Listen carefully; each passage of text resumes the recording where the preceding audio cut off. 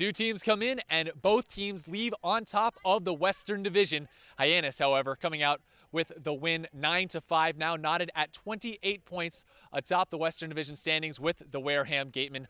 We're here on Judy Scarafile Field at McKeon Park right now alongside Lyle Goldstein and Robert Marcello.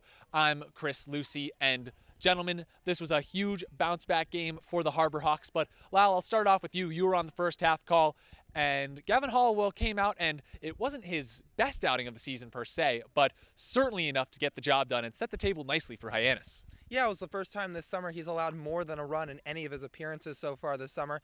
And he'd only allowed a run up until that fifth inning when he went back out for that inning number 5 against the Gatemen, but just started to falter a little bit. Of course, still 3 earned runs on the night. Still a pretty solid start all around out here on the Cape. Did enough to keep the offense in the game, and they plated 9 runs, so they more than got him as run support, to say the least. But for Gavin, he had good command of his fastball. His pitches were working pretty well tonight. Just that one little blip in the 5th inning caught him up.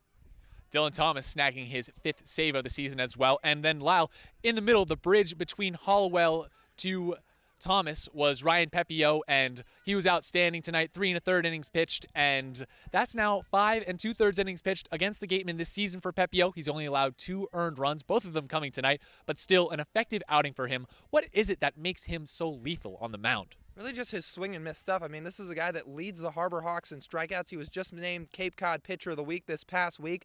So for Pepio, really just his command of his pitches and his ability to miss bats, plain and simple. And he's done that better than almost anybody in the league so far this summer.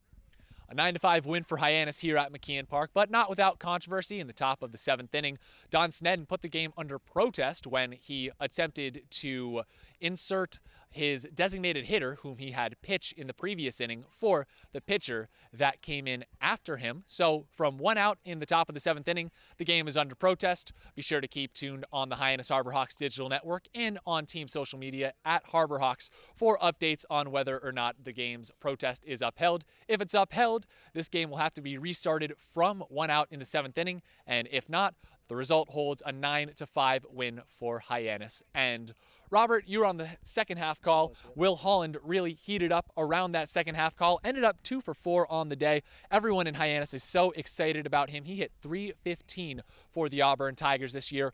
What is it that could lead to success for Will Holland out here on the Cape this summer? Well, the first couple games, he was just kind of feeling out process, had a little hard time. He was able to get going today, and he's excellent defensively and really is going to help the Harbor Hawks. Will Holland spoke to our field reporter Dani Terzer after the game. Let's listen in. I'm here with Will Holland. Will, 3 games we've seen you in now, 2 runs and a hit tonight. What's your initial reaction to this league and this team? Yeah, it's an adjustment for sure, playing in Cape Cod, and I'm just still getting used to the teammates and trying to gel with my team and just try to make adjustments at the plate and hit the ball hard. You stole a base tonight as well as last night's game. What's your mindset and the cues you take to make that decision to go for the extra base? I was trying to get in scoring position for my teammate to drive me in. I know I have the speed to do it, so I mean, just trying to help my team out. How has your season at Auburn prepared you to take your game to the next level while you're here? It's prepared me a lot. We have a really good coaching staff, and I play behind a lot of good players, and it's just good learning and just learning the game and just getting better. Thanks, Will. Thank you. Appreciate it. Thank you so much, Dani. Wrapping things up here from McKeon Park, a 9-5 win for the Harbor Hawks against the Wareham Gatemen, putting both teams atop the Western Division standings at 28 points apiece.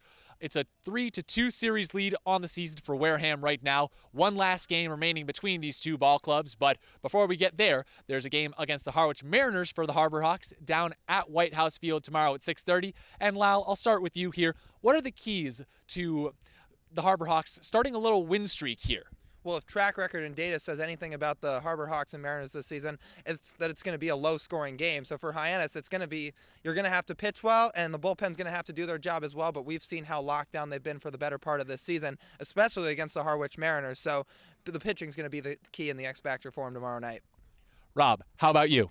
I think just the same tonight, being able to get guys on base, being able to score runs, and as well as pitching. I thought the Harbor Hawks pitched pretty well tonight. Harbor Hawks pitching well and then hitting as well. 9-5 the final score, taking down the Wareham Gatemen and knotting up the Western Division with a 28-28 tie in that first place spot. The Harbor Hawks go for an interdivisional matchup against the Eastern Division Harwich Mariners tomorrow. You can catch that one right here on our YouTube page on the Hyannis Harbor Hawks Digital Network. And you can catch post-game interviews and so much more on team social media and SoundCloud. Just look both of those up at Hyannis Harbor Hawks. On behalf of Robert Marcello and Lyle Goldstein, I'm Chris Lucey. Thank you so much for joining us, and have a great night.